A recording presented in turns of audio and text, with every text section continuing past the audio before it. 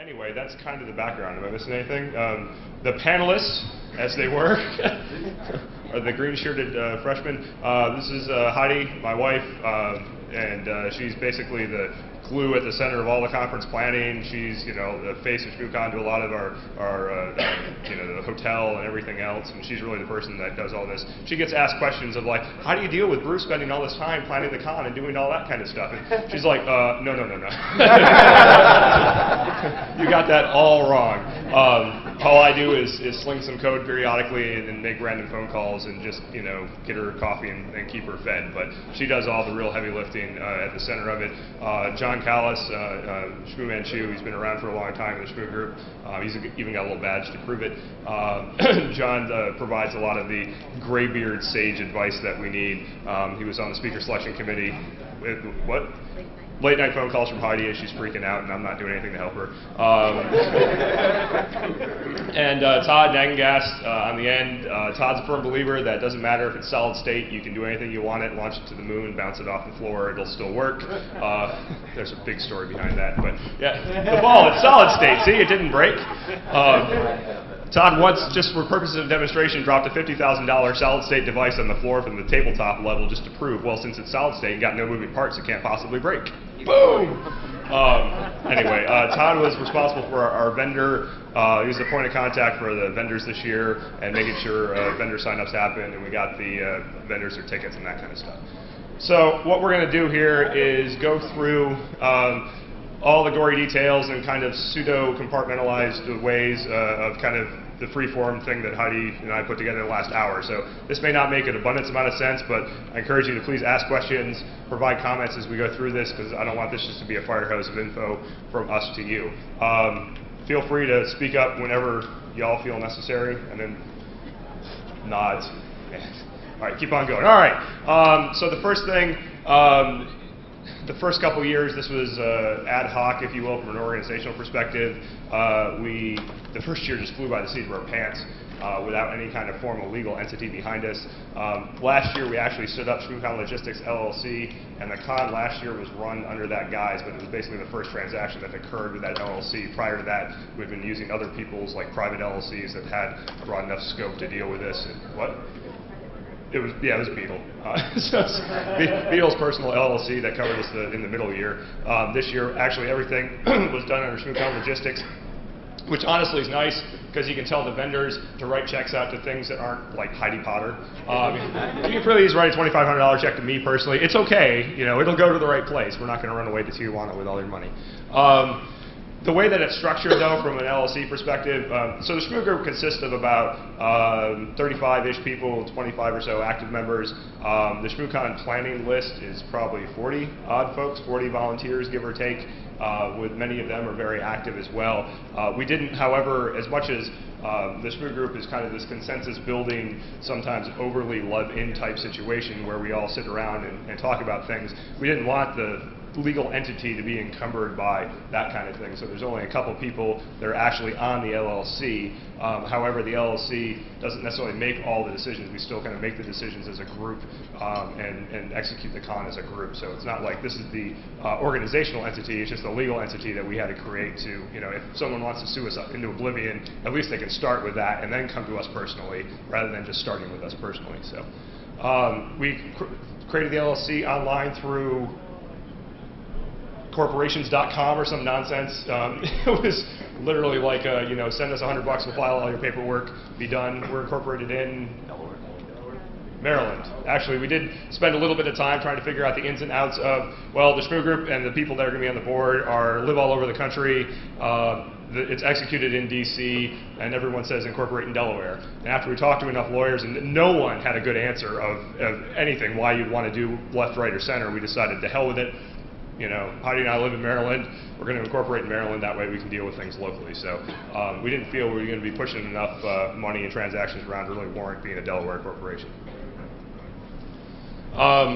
Organizational structure. So this is kind of interesting. We started planning this really far in advance. And I think, what? Heidi starts planning this very far in advance. Did you say Monday? Monday, yes. We'll be starting ShmooCon 08 on Monday. It literally is like an all year round activity for planning this. And this year in particular, I felt really happy that coming into the week before the con, I didn't feel like we were wondering what the hell was going to happen and where everything was and where all the swag was and who was going to do what. We had a pretty good handle on things. And honestly, most of it is all planned via email and not big structured emails or just random things. There's enough people in the mix that if somebody gets busy, somebody else is picking up the ball and making something else happen. So there's no IRC chats, there's no conference calls, none of that. Every once in a while there might be something where we get 2 or 3 people on the phone just to jam on something, or maybe like an IM session. But honestly, most everything for this conference was planned via email, which is great because then when you're arguing with each other, you can go back and point at a thread that happened 4 months ago and say, see, we talked about this 4 months ago. So we have a variety of lists. It's all mailman lists running on our primary server. There's the main Shmoo Group list that we do some of the planning on, but there's also a ShmooCon planning list that has all our volunteers on it. There's a list for the labs folks, there's a list for arcade, etc. So we just, every time we kind of have a new organizational unit, we just stand up a new mailman list, throw a bunch of people on it, and say, go forth and procreate. They figure everything out. Probably the one big thing is, I think we've been really lucky that we've, not only have we grown, but we've always kind of had, at least from the first year going forward, there's always been a reserve of capital to help seed the next year. And so as people dream up new ideas and come forward, like the labs happened this year, we had money put away that we were able to say, okay, we can help fund that. You guys go figure out what you want to do, how you want to do it, let us know what you need, and we'll take care of getting it for you.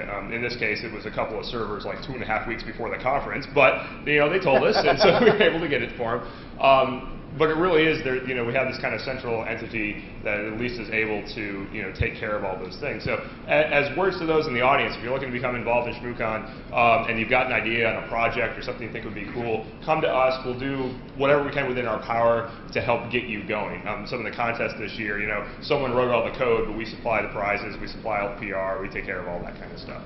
So we very much try to say, look, we've got capital reserves, we've got a whole group of people with a lot of access to a lot of resources. If you got a neat idea, we'll help get it going for you. So we're kind of like a VC for crazy HackerCon ideas. Haha, there's a tagline for you. And honestly, the tempo of the planning was never very rushed, but since we started so long ago, like I said, coming into this week, we were way out in front of where we needed to be. I mean, we were really well planned.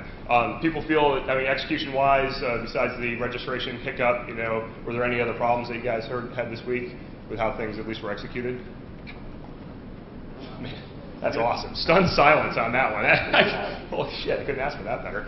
I'm being recorded and trying not to swear. That's what I'm giving up for Lent, is swearing on national television. So.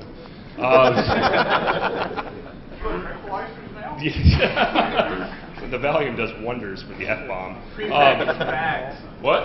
Prepackaged bags. Prepackaged bags, yeah. Yeah, the one thing that definitely took a little bit of time was this, the stuffing of the bags. Last year, 4 people stuffed the bags in 3 hours, about 800 bags or so. And this year we had about 8 or 9 people, 15 total, 9 hours. The bags also took up 5 times the space of last year's bags. Last year's bags, for those that were here, was just basically 2 pieces of canvas sewed together with some string wrapped around them, and they really didn't take up that much space. These, because of the hard bottom, they shipped from China, they were printed in California, and then driven across country in a truck on pallets. And in these boxes you got, they were about 1 foot by 2 foot by 2 foot. They could only fit 18 bags, and we had 1,200 bags delivered. So for those that didn't see it, that hallway out here was just like one big pile of bag right before registration. There was just bags freaking everywhere. Plus our vendors actually had a lot more stuff for us to put in the bags this year, and so that made it a little bit more challenging, and some people have paper cut scars to show for it. It was pretty brutal. Anyway, that was, and there were a couple other little hiccups. Every year we run into things when we execute, like, oops, we forgot to assign somebody this job. A couple years ago it was AV. Like, I remember walking into one of the rooms, and it was like half an hour before the conference was, going to get going, and I've been hanging out at the registration desk, and registration was going great, and it came downstairs, just like, there's no projectors. None of the projectors are hooked up, and I'm like, okay, we got half an hour until the conference starts, and there's not a single projector attached anywhere. Shit. And so we started running around and attaching projectors, and that's when we realized we didn't have an AV guy. This year we realized we didn't have somebody responsible for setting up the registration clients, those workstations we have out there. And so that was kind of a last minute, like, hey, where are all the Mac Minis? oops, and we had to go get them online, and that's where we got help from Vicky and Steve, that came out from the labs and helped us out. Might as well talk a little bit. I don't think we have a registration system in here. Talk about ticket sale, but not the registration system. Registration system is basically you get those barcodes in the mail, and what ends up happening is we've got these what do you call them? Scanners, barcode scanners. Thank you. That apparently are just USB keyboard devices that look like barcode scanners. And so when you click something underneath it, all it does is read that barcode and puts it into like a text window, just like you typed it in. Which is pretty neat. And then we have we have these Mac Minis, which are great for storage. So a lot of the gear that we have, I have to store at my house. So storing Mac Minis isn't so bad because they're little tiny boxes. If I have to store 3 Tower PCs, I'm going to get pretty ticked off. So we got these Mac Minis, and all they are is just a web interface to a back-end registration server that's got the database of all the people that registered. So you just scan the thing underneath it, it types the thing automatically, hit submit, it does the lookup, you click the registered button, you hand in the bag, and you go on to the next one. So it actually goes really quickly, and that's code that I think John Mattia wrote originally, and we've been running that now for all 3 years, right? 2 years, and that goes fantastically. We also, I'll get into this later, but the shopping cart this year was brand new. Kaz helped out, and he basically did get that all set up and functional. And that all dumped out the data that then the registration system picks up. If you're going to do something like this, have an easy registration process, because nothing worse than going to a conference and standing in line for like forever and a day. At least the DEF CON model has the unique attribute that you show up with a C note and you hand it to them and they hand you a badge. And in theory, that doesn't take very long, right? But sometimes it can, if you go to Black Hat, they've got a pretty good process of getting through there, but sometimes you hit a hiccup and it really sucks. The one thing we have here is we're not giving you customized badges. We're not doing anything like that. Everyone gets the same badge. Everyone gets the same swag. Just give us the barcode, scan, and go. And I think it worked out pretty well this year. Even though I was told when I got the registration that my barcode was actually number 2. Number 2? Yeah. Were they issued serially? Is that no? Or the barcodes are a UUID. Yeah. The serial number in the database is based on the random number that was generated. So barcode is 16 bytes. So yours happened to be the first 2 bytes of your barcode were 0. Oh. Random number generated. Question in the back. I'd just throw out a comment. I was just involved in a 500-person event, not technical. Your decision not to tie name tags to it, I was astounded how fast once things got rolling, not having to match people up. At first it was like, what, no name tags? I'm a newbie in case you can't. But wow, that's beautiful. Why did I stand in front of 500 drunks for a weekend trying to match their names that they didn't know? First comment, love the name badges. I think they'll be useful in the future. Second one is, I don't know how many people ran into issues with getting the barcodes and just email delivery and spam filters and stuff. Because I had problems, but fortunately I printed out my receipt, so I had all the numbers. Guys? There were about 7 domains that rejected mail from our mail server. AOL was the primary one. We don't want them AOL. Be here. Yeah, talk to me later. Right. We don't want and then, the text form that I generated to send out, I kind of forgot to change the MIME type from text plain to image PNG. So anybody that was using Outlook or Thunderbird couldn't view the PNG, which is one of the reasons we made the barcode generation available online. Yeah, the barcode generation was kind of in response to that. So, and last year we set out barcodes that you couldn't print on inkjets. You had to print them on laser printers, then had to issue them all again. So next year we'll probably get the barcodes all figured out straight and proper. So it's funny because like our primary Shmoo mail server deals with, I don't know how many, 10, 20,000 messages a day at least. I mean, 100. Yeah, what? Yeah, that's just him. I mean, this thing, so what do you think I deals with on a daily basis? 500,000, 250,000? Yeah, so like 250,000, 500,000, emails. It runs major lists and things like that, and yet, these huge ISPs still, because of the inability for them to filter spam, treat us like a bunch of, convicts and don't allow our mail through. I have a holy war with anti-spam software and doing it on like these blacklists. There are 5 domains that people tried to register from that couldn't get through for our mail server because we were marked as a hacker group. Oh, yes. Also, some proxies, some web proxies don't let you get to our site because we're marked as a websites. Cough. Yeah, cough. exactly. Because we're marked as a hacker group as well. So You know clearly, what, the best part about that though is that shmoocon.org is registered through WebSense as a hacker group. Defcon.org gets through. 2600.com gets through. But shmoocon.org is blocked. We noted that. The comment was that defcon.org and others are not hackers, but we are. We were thinking that we were going to use this in our advertising. That we're much studlier than them because we're blocked by WebSense. So the venue this year was obviously different, and so was the date. So we've had the amazing floating date of ShmooCon for the last 3 years. Last year we had it in January, and that was driven by hotel availability. This year we had some options, either early January or late March. Last year in early January, we basically, like the Potters, we did not have Christmas. Like we kind of didn't go anywhere. We had a tree, but it was surrounded by ShmooCon swag. It's like, hey, another bag! Got 800 of these, great. So we decided to push it so it didn't conflict with our child's birthday. So this is a little bit of a selfish act, but I figured y'all could deal with it, and clearly enough people dealt with it that we filled the place. So I like it a lot better. it was cold, man. Like I was worried of people's welfare leaving fur. Like you get drunk people in Northeast DC in a warehouse district trying to flag a cab, and these girls in these little tiny skirts roaming around, and I'm like, man, people are gonna freeze to death. Next year's going to be fun too. I don't Do you get that a lot?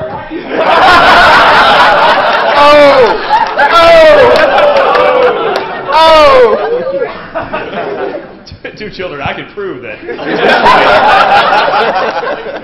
Are they yours? Wow. All right, so we're going to continue. Talk about a cold venue. Yeah, this is. Thank God we have a buff. What? So dates for next year? It's an election. It's an election year, so we've got a couple of things that we're trying to figure out. One, we think we got to figure out size for next year, and then we got to figure out location. And this hotel has been good to us, and they continue to be better to us as we go on. But the question becomes, in 2008 in Washington D.C., if we say we do 1,500 or however many people, what's available, what can they do here? We can occupy the space back behind here, the other convention floor that they have, and spread into that and blow this into one big room and probably handle that. But they only have like a handful of weekends where they're going to be able to accommodate us. I think one of them actually is around this time next year. Around the same time as Christmas, Early February. Yeah, so we got to figure it out. Yeah, Super Bowl weekend I thought was a great thing. We did the first one then. That was really great. Yeah, it actually worked out because then you could all like go. Everyone made their own little Super Bowl parties, and that was great. Yeah. Do we pick a hotel next year that we could smoke?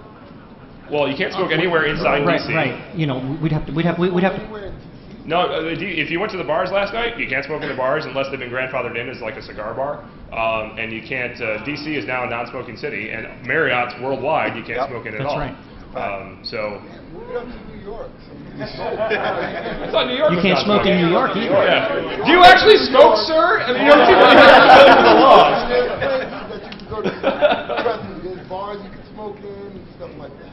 You just gotta know where to go. Well, yeah. I'm sure that there are places you can smoke here. He hacks and coughs.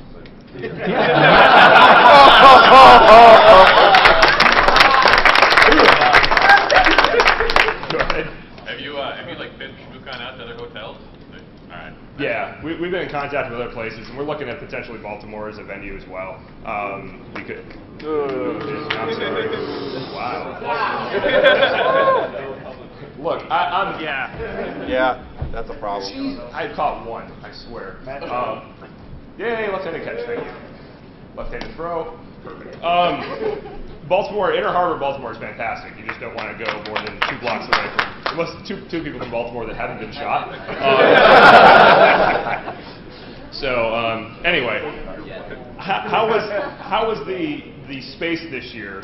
I mean, overall people liked it? The only thing I would say is the knock is too small. More doors, knock's too small. Open the bar on Sunday morning. pillars? Yeah, the pillars, you know, we spent some time with the hotel trying to figure out how to arrange the rooms given the space. And again, this is the first year they've actually had this space available for us in this current trim.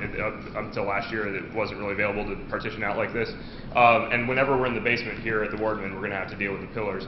And that's why we put more projectors. We actually invested in 3 more projectors this year, just so we could have more screens for people to at least see the screens, even though if you're sitting behind, you can't see the person. That's kind of a horse's butt. Yeah, this one we're not using at the moment because that projector, one of the problems we have is these projectors are now far enough apart that we're getting like loss of the signal, and so that one over there finally just gave up, like it wouldn't display like half the screen, so we just pulled it for the day. What? Yeah, there was no green coming out of that, wow. So it's a really nice magenta. Yeah, it just looked horrible. So what are the dates for next year, possibly? Possibly early February. We don't know yet. We still got to figure it out. Go ahead. A couple of updates. I personally found this weekend, you know, like this time frame to be really awesome. Traveling down here last year in early January, besides you guys not having Christmas, it sucked. You know, because I ended up, I guess Reagan National was closed for was fogged in or something. Yeah. I ended up stuck in Providence at the airport for like 8 hours. So. Yeah, you know, I think the early winter stuff is hard, and I think this early spring thing kind of But works you can out have better. weather anytime. One of the things we have to deal with is we participate in a broader community of security conferences, right? I mean, there are other conferences that go on throughout the year that are good. You know, you got Security Opus and Layer 1, and there's Hope, and there's RSA, which is clearly a totally different animal, but we have to contend with it. And so we have to be very cognizant of not conflicting with other conferences, because we don't want to negatively impact others that are our peers, but we also don't want to be negatively impacted by the 800-pound gorillas in the room that we know we're going to lose people to. Because it's not that we're trying to have you know, an attendance contest to see who can have more. It's more that we know we have people that are going to want to go to RSA and going to want to come here, and so we want to try to allow them the opportunity to attend both. So. One of the things we did with another group was we had the attendees submit dates like that they were going to all these different conferences, and not as a rule or a Bible, but at least, so if we, you know, have a date that conflicts with this, we only lose 30 people, whereas with this date, we lose 100 people. You can look that Yeah, up. I'll have everyone email you. It'll be 1,000 emails to you. And hopefully your AOL account will stop them all. So. I understand. I heard that RSA is moving to April. It is. So your February thing would not conflict with RSA. Yeah. So we'll figure it out, and there'll be more info, and we'll try to have info online as early as possible about that, even if we don't have, like, say, the speakers in time or anything like that. It was amazing. I mean, we sold out the con, we didn't have the speaker list up, so I really appreciate the leap of faith that everyone's taken here to come here. So space, like I said, you know, from a population size, I think, you know, personally, we'll, I mean, we've talked about growing a little bit. We don't want to become too big. I think people still feel that this is cozy, that you can still have 1,000 of your closest friends and feel comfortable with it. But obviously, these rooms got really tight in some of the talks because we had to stack them in so there wasn't a lot of alleys between the chairs, so it was really difficult, I think, to get in and out. And we want to not have that problem next year. As we'll see when we get to the finance section, we do have the ability to actually increase in size because we made out pretty well in the finance this year. So. What about timing between the lectures? It seems that, you know, one ends right on the cusp, and you're running across, and no chance. Yeah, and I had setup issues because we didn't have enough time to get my stuff set up.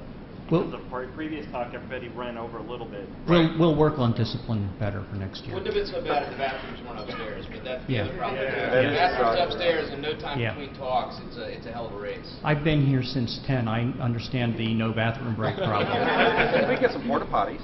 You know what I don't want at a hacker convention? Porta potties. Indoor porta potties. Look what I can do. Yeah, really. Smooth catheter.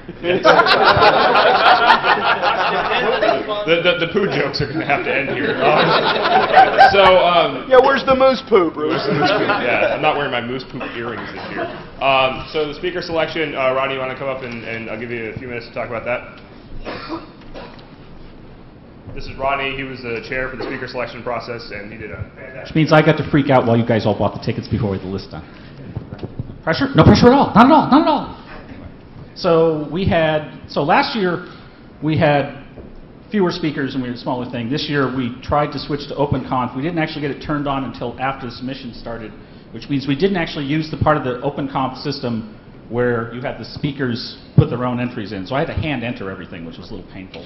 OpenConf is the only open source conference submission management tool, and it's designed for academic conferences. So we had to bend the tool a little bit. It's still useful to use. I wish it was better. It kind of sucks, but it's the only one, so, and it's open source, so I refuse to bitch at them. If I could figure out how to help them, and it's in PHP, God help me. So, yeah, it was inside a triple containment vessel, and we had to reach in with Waldos to touch it and all that kind of stuff, because we didn't really want that out in the net.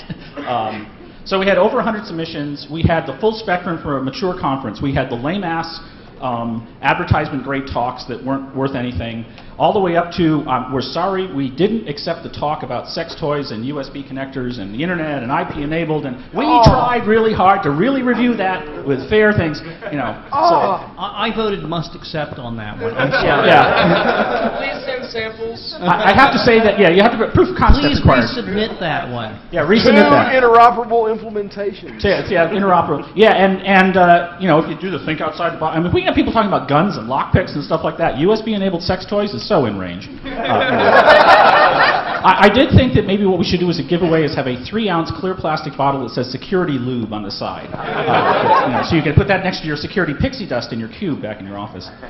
Anyway, lots of submissions. We had submissions from people who hadn't ever submitted a talk before. We're trying to get more and more of that. And let's see, we had the usual suspects submitting. We had people we'd never heard of. We had various ranges. People were trying to do actual build-it stuff where there was code. There were some projects that didn't make it because they didn't get their projects done in time. We're going to need more submissions next year. To keep the quality going, we need to have the yield right. So we selected vaguely 35 of the 100, because that's the way sort of we got about 35 slots is the way this works out. So we need more speakers. People who haven't given a talk before, please figure out how to submit.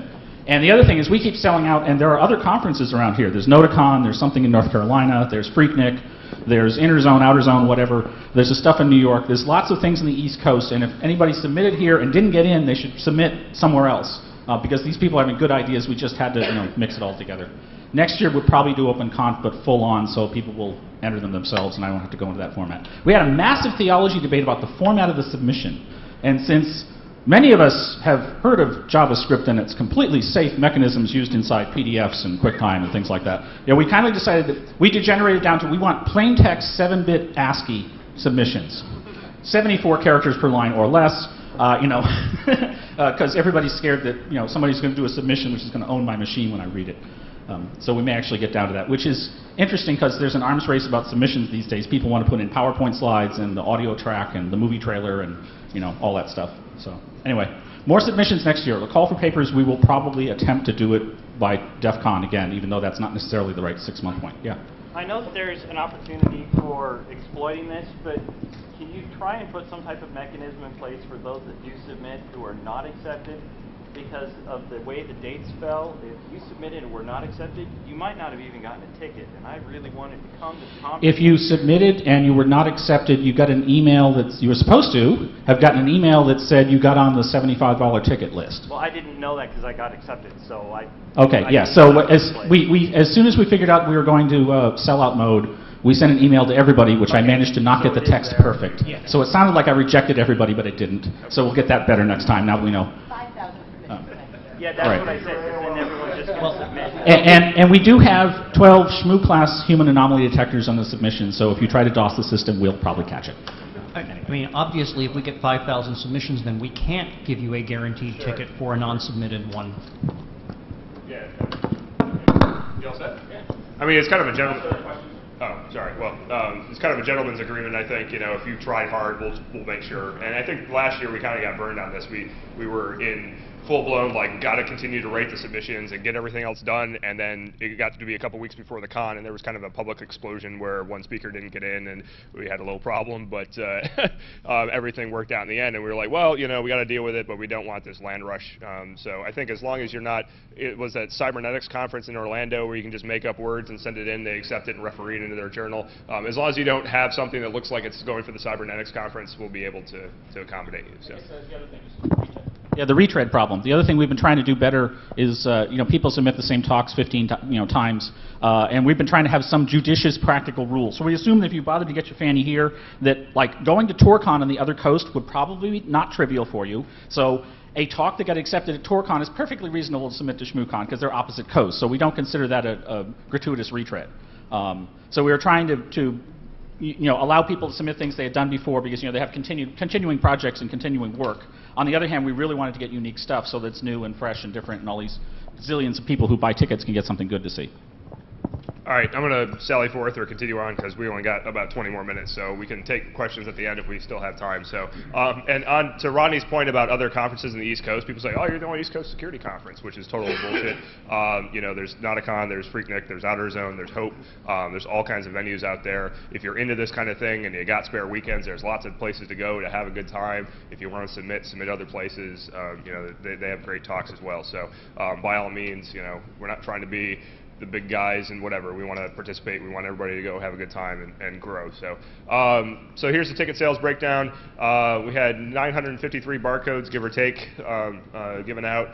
851 checked in. So that's actually a fair bit of loss in the system from people that checked in and people that bought. 50 speakers, give or take, 50 staff. So all in all, about 1,000 people in attendance, which is interesting because we were a little worried about blowing the doors off at about 1,200, which we had set at our maximum cap, and I think we were pretty conservative on the ticket release because we also thought, we're going to allow the speakers to buy their way in at $75, but I think a lot of the speakers had already bought tickets preparing for maybe not getting in or whatever. So we only had how many speakers?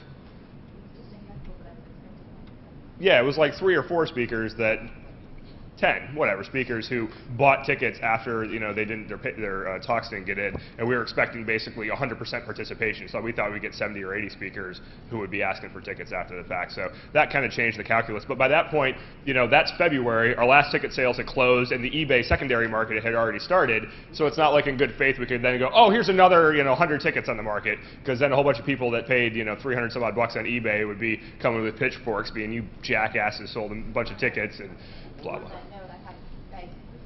Yeah, there are lots of bags for sale because we did plan for the whole deal. What was the high eBay was 400, I think. 4 something or other, and the low water mark was 80, which I thought was fantastic.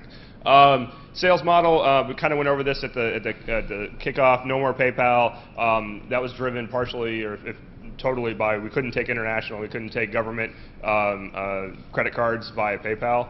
And so for all the government folks, we were basically standing our heads and closing one eye and trying to make everything happen right in order to get those to go through.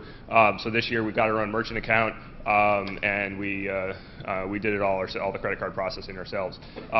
Again, there's 3 rounds, 3 sales, sold out obviously a lot faster than we thought. Was not our intent. We're not trying to make this difficult. We're not trying to make it a race, but that's the way it worked out. The tiered model, we had a whole bunch of people the last 2 years come up to us and say, this is awesome, this is worth so much more, let us pay as much as we can so that we can get in. And we say, well, that's great, but we've got a whole bunch of people, we got students and people just getting started in their career, and we want to make it accessible to them, so we're going to continue to have this tiered model. So now the question is, does this tier model continue to work in the face of it just being a lightning round of purchasing, or do we look at going to a flat fee? And honestly, I think that's something for us to have to work some of the budgetary considerations out. But now that we actually are doing it the way that we're doing, we can budget versus, like I said, when we had the time-delimited ticket sales before, we couldn't budget. So at least now we have the opportunity to actually figure this out. I think what you'll see from the money workup is we did very well this year. I don't have to mortgage my house or anything like that to pay for the bar tab last night. But we still need to be careful that we don't get too tight, because as we grow, the challenge is if we grow to say 1,500 people, that the risk involved personally becomes a lot greater. If something goes wrong, where people don't show up or something happens, suddenly it's not just a couple $1,000s that have to be found, it's $40,000, $50,000, $60,000 that have to be found. That's a big chunk of change to have to track down in short order to pay off the hotel or whatever else. Well, I personally like the flat fee idea, but I'm more curious about why 3 rounds of sales instead of just, here's when they go on sale until they're done. I think the concern there was that not everybody was looking all the time for when the tickets were going to go on sale, so we released them all in the beginning. And first of all, if anything went wrong and they all went, that we'd have to deal with that, and there'd be a whole bunch of barcodes out in the wild. And if you knew it was a quote, it would spell out Yeah, yeah. people opportunity to buy tickets. Yeah, we hoped we would sell out, and we didn't want to make it so that if things went on sale January 1st, that here it is January 2nd. You know, you were off doing family holiday things, and I'm terribly sorry, but there are no more tickets, and you got to find a scalper. Yeah, but it's like 3 months of notice, so would you be able to cover that? It did seem confusing, and I think there were some issues of, you know, what's available to people, like, you know, hey, is my $75 ticket get me less than my $150 ticket? No, that's not the case. They're all the same. Everyone got the same red badge. And again, it was, we honestly thought that December sale would carry tickets over into January, like no problem. I mean, we're trying to stage it so that if something did happen and a lot of people wanted tickets, that you had multiple opportunities to get to them, and it wasn't like 3 days and everything was gone, you can't go to ShmooCon this year. So it just turned out it was 3 days, everything was gone, you can't go to ShmooCon, but 3 days were 3 months apart. So, in the blue t-shirt. Or, I'm sorry, the hand was attached to the wrong body. Thought about putting tickets on sale before the Christmas shopping season? Well, the December 1st, oh yeah, December 1st I guess is technically in the Christmas shopping season. Yeah, it does kind of conflict that way, and I think we're obviously going to play with it, and that's something to consider. Well, Yeah. And one of the things that happened is we had a delay in getting our merchant account set up. We were trying to have sales online in November, I guess. Right, so we were also, there was a contract. Yeah, and so when we set up a merchant account, when you come to a merchant account, you get set up based on your risk, how much fraud you think that's going to be committed through that, and also how much sales you're going to have. That's how much money they decide to take. And we basically say, we're going to sell $100,000 worth of tickets over the course of, you know, a month or two, and then we're not going to do anything again for 10 months. And these merchant card services people are like, well, that's not very exciting. Like, and further, you're not actually selling a physical product, so the chance of fraud is reasonably high, and we don't know who the hell you are. So we had to jump through a lot of hoops about, here's a refund policy, and here's all this other stuff in order to get the merchant account set up properly. It'll be easier for us to be flexible next year because we have the merchant account now. Yeah, much easier. We can just, and we have the code, you know, Kaz has got all the code up. We can just turn it on now whenever we want. So I think we acquired a great deal of capability this year to be able to make the registration process go much smoother. I'll take one more on this and we got to go on. One thing is I applaud getting rid of PayPal, even though through no choice of my own I actually have a PayPal account this year. Unlike last year, I had to jump through all sorts of hoops to get that to happen. But if you want to do a student or academic discount to get in, I say go ahead and do it and get away from the whole land rush model. I don't think that, you know, you could have a student slash academic slash newbie thing, and if you just do a different colored badge for people who paid that, nobody who is senior enough in the industry to be able to afford the full fare is going to do that anyway. So you're saying like a scarlet A on their chest, so Scarlet N. I like the Scarlet N, yeah. What, do you want another discount if we're popping your con cherry? On that note, I'm going to keep on trucking because I got some more slides. So this is the in money in slide. This is what we took in this year. We had about 13K left over from last year. We had about 20,000 in sponsorship. The sponsorship was very good this year. Had about 110,000 in ticket sales. So the total funds was 43,000, which is about 100,000 more than ShmooCon won. So yeah, you're pointing. Okay, nothing. So that's basically it. That's all our sources of revenue. The sponsorship, we didn't really think we would get that much, and when we budgeted, we didn't plan on getting the sponsorship, but it was nice because every time we get a new sponsor, we thought, hey, there's a little bit more we can do safely. So that kind of provided us our padding. Here's the egress of the Capitol. Hotel space last year was about 25,000. We'll figure it'd be about 32,000 total. This pays for floor space. This pays for the screens. Pays for the microphones. Pays for all the chairs, all the tables. Every chair, every table, every tablecloth, all has a per day fee associated with it, right? So the more people we put down, we have to pay for one more seat on the floor. We have to pay for one more table somewhere. We have to pay for one more, you know, whatever. And so we think it's probably going to be 32. We had a, what was it, 500 room commitment this year with the hotel. And we hammered that about a month and a half ago. So for those that don't know, the way that these things work is you say, I want this much space, and the hotel and you then go through a negotiation process of name that tune, which is how many rooms do you think that your attendees will take, so that we'll basically knock money off of all of the stuff that you are trying to do here. So we could say, we just want to have this event, we don't want to dedicate any rooms in the hotel to it, and we would pay $100 and some odd thousand for the space. But instead we say, we think we can sell 300 rooms, and they say, well, it'll cost you this much. And they say, we think we can do 500 rooms, it'll cost this much, and they keep knocking money off. 500 was kind of a conservative estimate. It's what they had available, basically, and we know that's what we sold last year as well, was 500. So we knew that we would be able to sell 500 rooms, and it allowed us to have kind of a consistent budgetary process. It's tough to go higher because then we start taking a risk. If we don't sell out, then our budget gets very flexible because then we start to have to pony up for every night that doesn't get registered against that block. We pay for out of pocket. So at $160 a night, if we say we got 500 rooms and we get $499, we pay $160. If we say 500 rooms, we sell 300, well, we're paying $32,000. So that's the way the hotel game works. Schwag, we allocated ourselves $20,000 budget for that. That's the bags, the lanyards, the program. The program is really cool this year. You guys like the program? Yeah, that was cool. Yeah. Program quality every year has increased dramatically. Next year, we're going to have your own personal assistant that will tell you what's next. They'll roam around with you.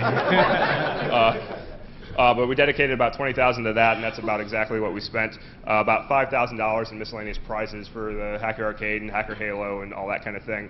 $10,000 in equipment. This was the projectors, the servers, some new servers we needed for the ShmooCon labs, and other odds and ends over the year, LCDs, that kind of thing. The party, approximately, we almost spelled elite. We were close. 13,667.13. We got all the right numbers except for those damn sixes. But that was what everyone drank last night at the bar, which was 3.5 hours of bar tab, which isn't bad. A little bit over 3.5 hours, plus some miscellaneous associated with the party, so that was about $15,000 for that party last night.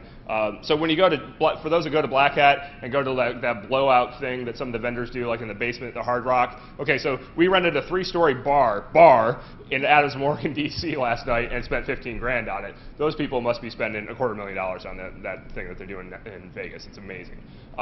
Speaker honorariums, speakers get honorariums, $200 for the main speakers, and then for the one-track minds, they got 100. That was $8,000. Random miscellany, cost of doing business, office supplies, all that kind of crap adds up, and that was about $6 grand. Sponsorship, from us last year, we sponsor other conferences. We try to help other organizations out that come to us and say, hey, we have a need. We know ShmooCon's part of the community. Can you guys help us out? Sure.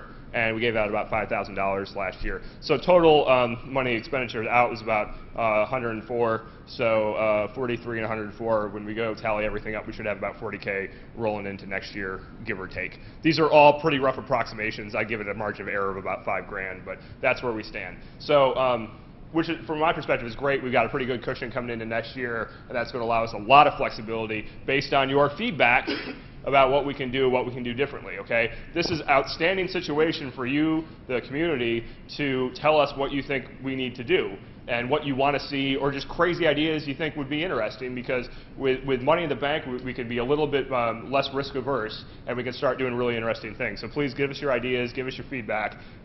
Again, this will be at the end, but there's feedback at shmoocon.org. There's the speaker feedback forums, and we'll also take free form stuff. Todd on the end is the grand organizer of all the feedback that we get, and he'll collate and correlate and color and make it dance. But he'll help us understand what everyone's told us. So, sir.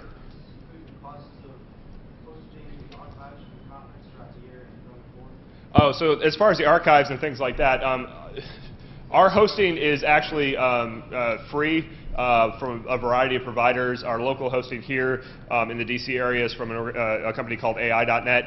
Our hosting in Boulder, Colorado is from a company, Indra's Net, and then in other locations, I'm not rightly sure who hosts. Utah Education Network hosts a bunch of bandwidth for us. That's whenever you download a torrent, a fuck ton of bandwidth comes from that. Oh yeah, that's one right here. Thank you, Troy. There we go. Thank you, Holt. I appreciate that. So we've been very fortunate, and I think this is something, over the years we've tried to be very cognizant of being, like I'm trying to say, we try to be honest brokers. We're not making money off this. We're trying to do the right thing, and we've been fortunate. We've got bandwidth suppliers that say, you guys are doing a good job. We appreciate it. Here's a 100 meg pipe into the back of this one-use server. Do what you got to do. When we released the ShmooCon videos last year, the primary server that was hosting those videos was pushing between 30 and 50 megabits a second for like 2 days. Okay. Torrents right now are pushing about a megabit a second. And yeah, I mean that's just standing still. And then after the con, we'll see a big spike up, and it's fantastic. So we get there's a lot of traffic that's donated, a lot of bandwidth that's donated, and we pay for the servers, we rack them, we babysit them, and our provider's been very generous in that. So we'll do the same this year. We'll have the talks online, both in slide form as well as the video form. Once Ted gets us all the video stuff, we'll get that ripped, hopefully a little bit quicker. Last year we killed 4 DVD drives ripping DVDs. I don't know if apparently like it's some kind of aggressive maneuver that they need to do when you're ripping DVDs, but they killed like 2 internal optical drives and laptops and 2 externals. It took us like 4 months because we kept having DVD drive failures. The DVDs were good, you could still watch them, but the drives would just fail for some frickin' reason. So maybe it's Ted's copyright protection mechanism or something. So there's money left over, as I said, more flexibility. I guess I kind of covered all this. The network was mostly covered during the ShmooCon Labs BOF. I think Ken just ran back out. I thought I saw Terry floating around. There's Terry. Appreciate all the work that the network, the leads did, the attendees, the lab attendees. I really appreciate everything that went. At network availability, how was the network for folks? Solid. Great. Solid. Well, I'm not hearing a whole bunch of, well, it sucked, so that's a good start, because that's mostly what you get at security conferences, was it sucked. Let's just say it was up, and then it'd go down, then it'd go up, then it'd go down. So you can kind of tell when someone was doing something. Right. And I think in the BOF, they went over the attacks that you guys were seeing on the network and that kind of thing, so you can check that out. I don't want to rehash that, because I'm very long in the tooth right now. But I think it was successful from both a project perspective to get the attendees in to do the labs, and also from an execution, we still ended up with a good network.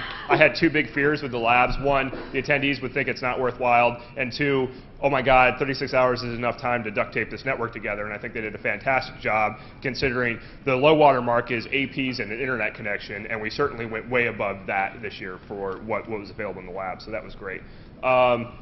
Physical security, any of the security guys here, freshman's not around. We provided, again, our own security. This is kind of tradition within the hacker community. You do your own security at the conference to help kind of serve as a liaison between the craziness that is our attendees and the hotel staff to make sure that nothing too weird is going on. We have a very good relationship with hotel loss prevention and security. This year so far has been very uneventful. We've got a few more hours, so I encourage you, as much as the security kind of geek in me wants to say, go wreak some havoc, please don't. I'd like to be able to go home this year on time and not have to worry about anything.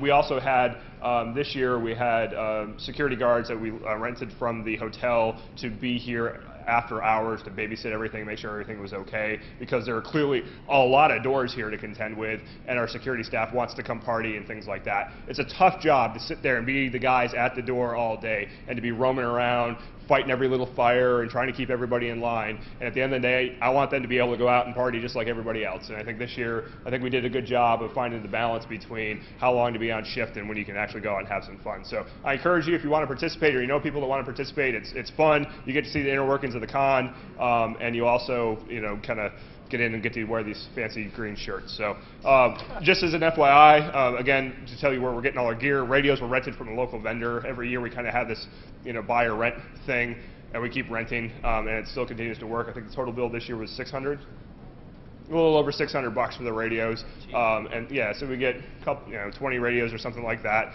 and people walk around with them and they can communicate for a pretty decent distance within the hotel. So. Oh, my arm's getting sore. Other gear, more projectors, these PowerEdge servers.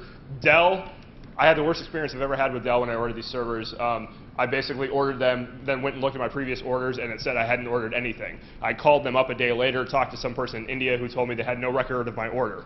And then they forwarded me to Home Sales, and Home Sales says, I can't sell you servers. And they forward me somewhere else, and someone else says, I think you've ordered something. I see some stuff, but I'm not sure what it is. Well, is this the Matrix? Like, are you just staring at it and you're not able to read it properly? What the hell's the deal? And eventually I found someone who said, yeah, we have your order, they'll be there in 4 days, and sure enough, the server showed up. I still don't know anything about how they got there, but they did call and give us a follow-up. So we bought 3 more PowerEdge servers from Dell. Big fat memory, it was all good. Contests, so we had contests this year, more so than years past. One of the problems we had is we had the Shmooganography contest, which A, had a little typo in it. The 5 should have been a 6. We also had a bit of an arms race at the end when a couple of groups figured out the answer, and then they all had to figure out what the reporting mechanism was. So one group got in a cab and hauled ass down to the bar where they knew we were, and then another group found Rodney here locally and got to him. So you'll have to wait till the closing ceremonies to see how we deconflicted. But I think it was probably a statistical tie, and so we'll deal with it like that. How many people participated in any of the contests this year? Number of people. So we had Shmooganography, we had the Hacker Arcade, we had Hacker Halo, we had vendor contests going on as well. So there was an awful lot of things going on. Do you want to see more of that? Always. Always. Yeah. It's funny because I go to these conferences and I think there's a group of people who really enjoy the contests and do them, and I think there's another group of people that are like, what? They have no clue what's going on. And I think these conferences are what you make of it. And one thing that we're trying to help build here at ShmooCon, and why I'm saying if you have ideas, please come to us. We're trying to build a community where if you want to do a contest or participate or do whatever, you feel like you can come here and be comfortable doing it. And if you don't want to, it doesn't get in the way, you know? Yeah.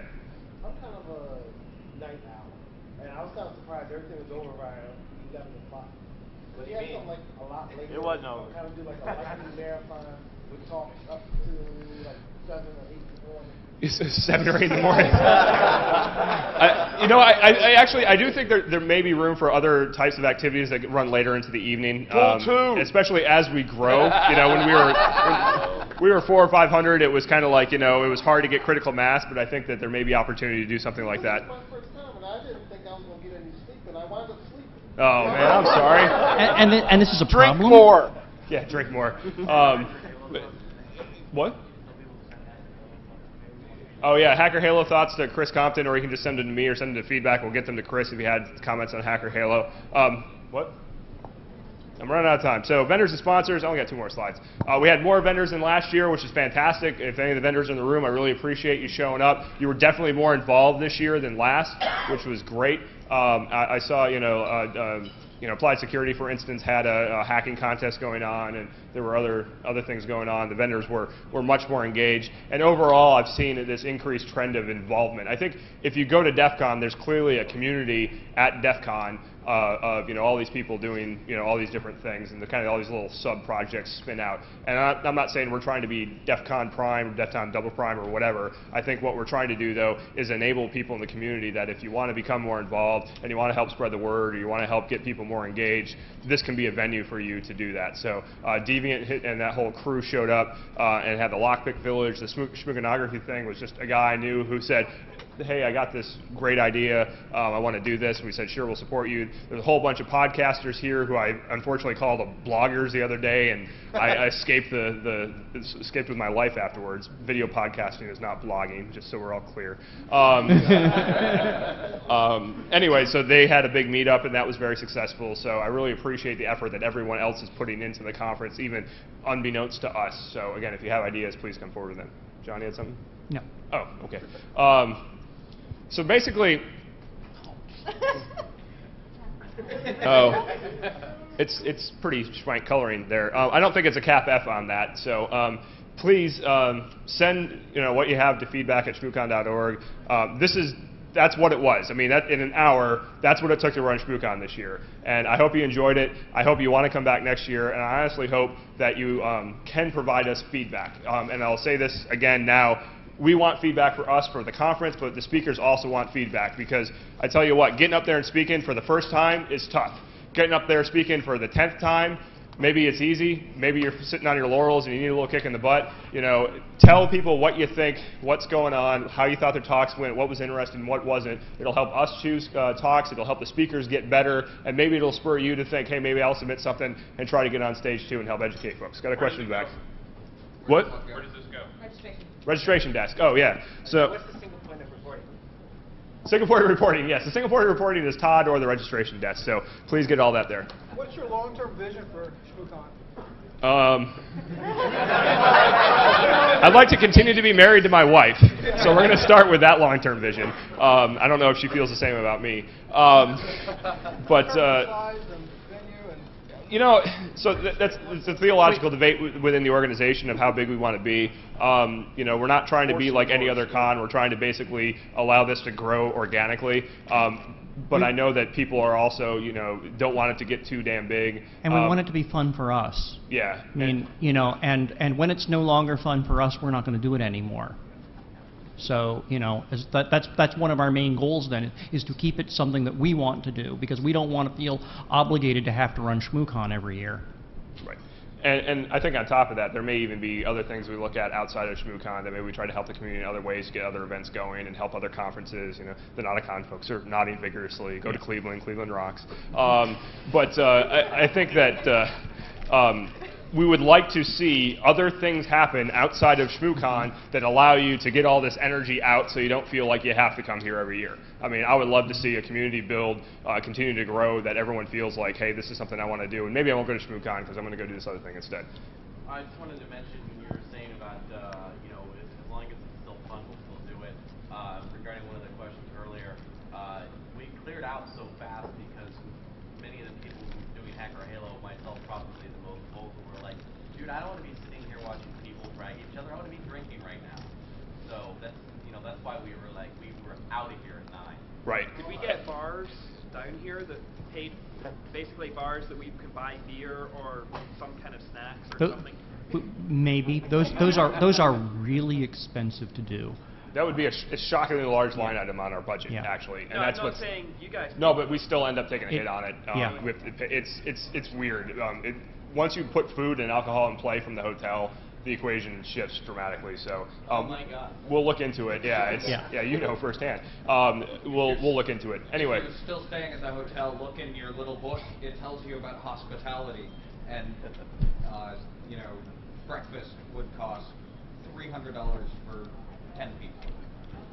You know, it's tough. So anyway, the one thing that was weird, because they didn't have the big bar space upstairs this year like they did last year because of renovations. There wasn't a big congregation every night up there like there used to be. That will be back next year, so I think that'll kind of alleviate some of it. So anyway, here's the deal. I don't want to hold anybody. We got to get people eating, because we got the OLPC talk at 1:30. And that one's going to rock. And that's going to rock. So go to that. Go play Hacker Arcade. All that kind of stuff. Thanks for showing up.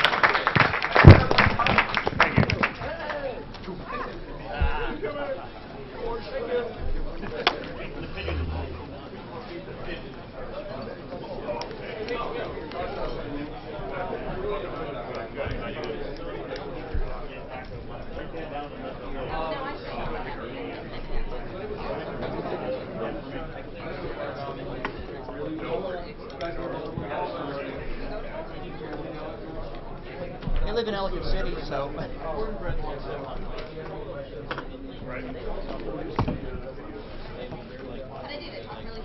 You know, I think this year we're going to do that. Last year we got so better on the ass of just trying to like have the video.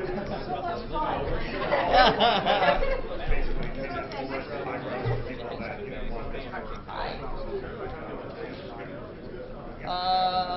Refreshment.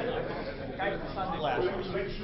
But actually, you know, really, the best thing for you to do would be to send an email to feedback to the contact, because that way it goes someplace where someone won't forget it. Right now, you have to remember that we're all tired and we could forget anything.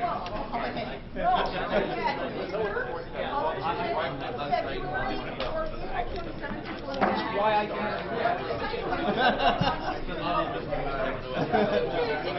do.